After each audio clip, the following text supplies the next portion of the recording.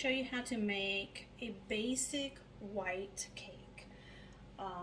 You could use this for birthday cakes. I've used it for wedding cakes before. It's just a really good base for any cake. I've used this for the strawberry cake, so this is just a really good foundation cake for whatever you want to build upon. So we're just going to go through the basics of this white cake. So we're going to start off with 3 1/4 cups of sifted cake flour, and make sure that you sift it because cake flour tends to be fairly lumpy and you don't want to risk your mixer not getting all the lumps out. So to that, I am going to add 1 tablespoon of baking powder, and then 3/4 of a teaspoon of salt.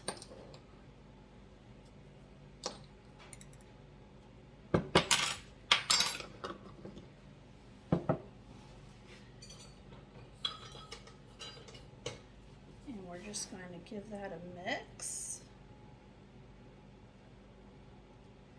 Just make sure you get it all mixed up well.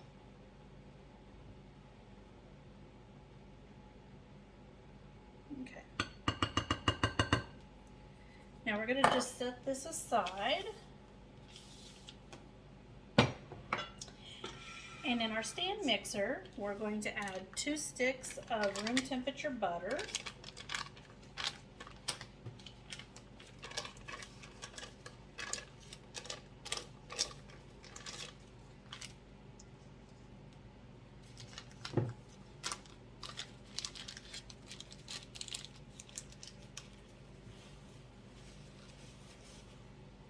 And I'm going to use the paddle attachment, and we're just going to cream this for about a ½ minute or so just to get it creamed. Alright, so now I'm just going to kind of put this on a medium speed, and we're going to add 1 1/2 cups of granulated sugar, but we're going to add it just a little bit at a time, so just gradually.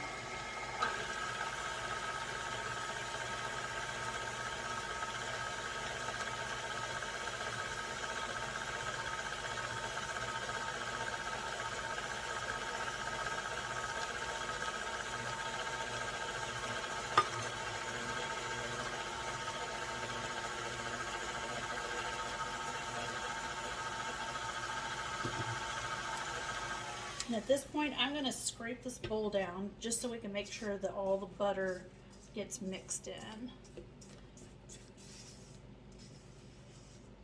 My butter was super room temperature, but if it's warm in your kitchen and you set your butter out about a ½ hour before you need it, it should be close to room temperature.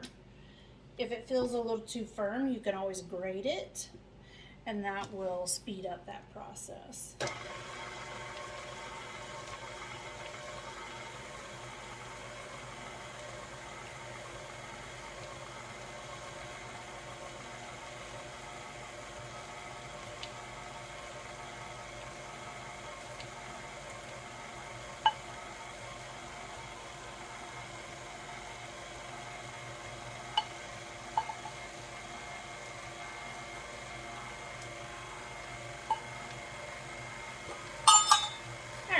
So now I'm going to turn this up to about medium, and then we're going to let this go for about 2 minutes.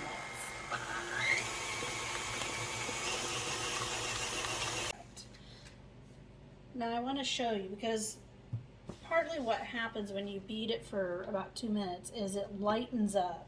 So I just want you to see the color difference if you can. This is a stick of butter, and this same butter, and you can see how much lighter. It's almost white. So that's what you're really going for. So if you use a butter that is a darker yellow, like the really good butters, it may not get this light. So take that into consideration if you're wanting a really white cake. All right, so now I want to just scrape the edges down here.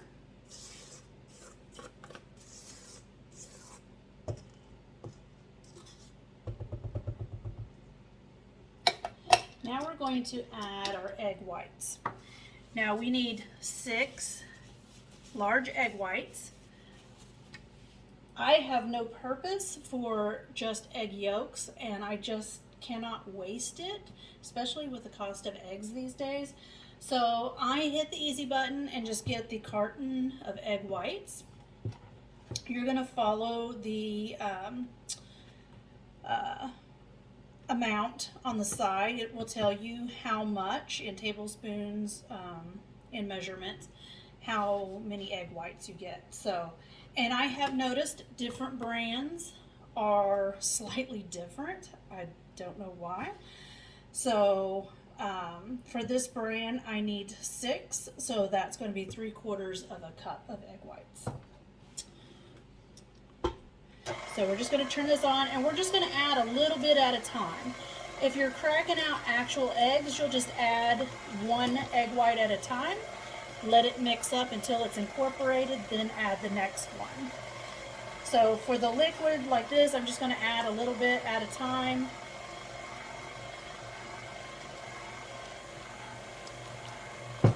Until it's all mixed up. Okay. Now we're going to add our flavoring. So at this point, depending on what you're going for, this will determine what flavorings you put in. I'm just going to make this a vanilla cake, and I'm not super particular on it being super white. So if it has a slight discolor, that's okay. So I'm just going to use regular vanilla. If you want a super white cake, get you some clear vanilla. I would show you, but my bottle of clear is a brown bottle, so it's kind of hard to tell, but it is clear. I don't think the clear vanillas have as good of a flavor as the regular vanillas, so take that into account as well. Now, if I were making this a wedding cake, I would do half clear vanilla and half almond, which is also clear. That will give you a really nice flavored cake. It won't be super pungent with almond flavor, so it kind of knocks that down a little bit for those that may not care for almond that much. So, but today I'm just going to use straight up vanilla, and I'm going to add 2 teaspoons.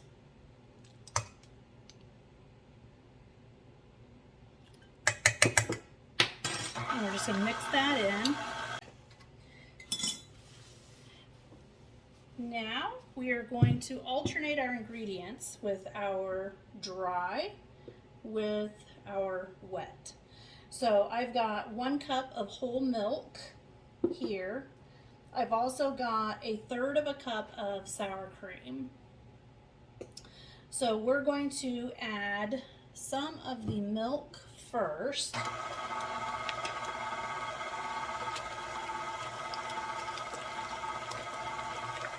I've added about 1/4 of a cup, just kind of divide it up. You just want to alternate between the liquid and the dry, So there's no absolute on your measurement there.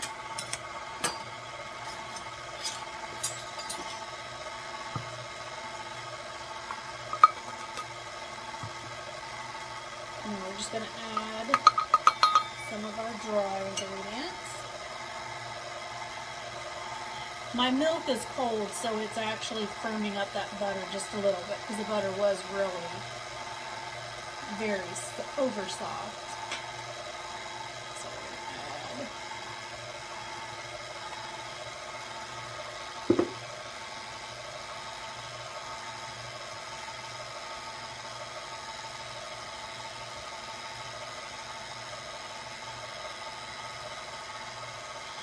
and it will look kind of weird. It'll look really curdled, but that's fine. It will be nice and smooth when it's done.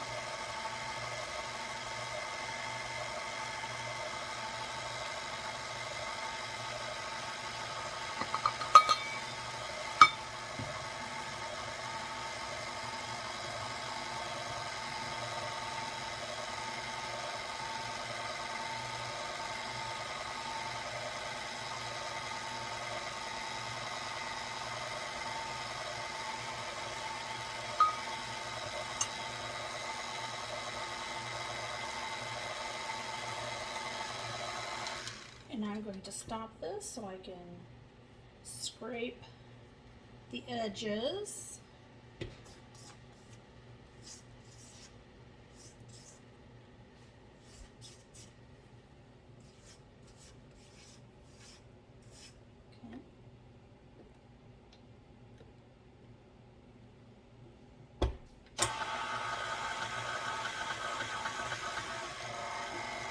And then we're going to add the rest of the milk.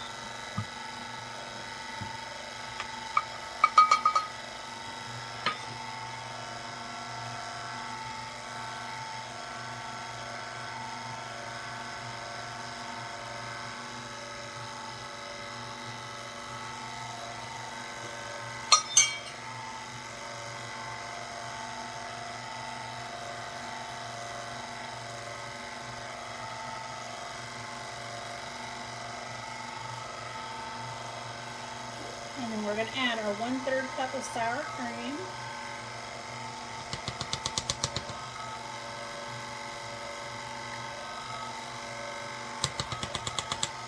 As I drip it on the outside of the pan.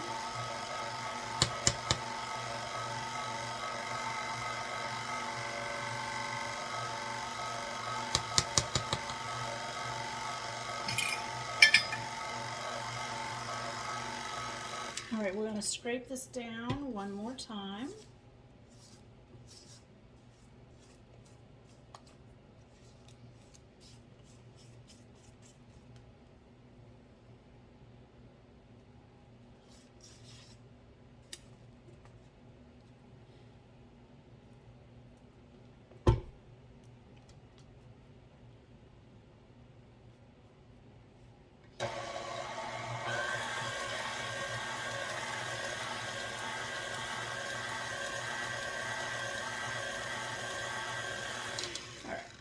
We don't really need to mix it any more than that. I just wanted to make sure everything got incorporated. So there's no need to beat it for any length of time, just to make sure everything is incorporated. And that's all there is to that cake. So you're gonna bake these at 350 degrees for about 25 to 30 minutes. This recipe will make enough batter for 2 9-inch round cake pans.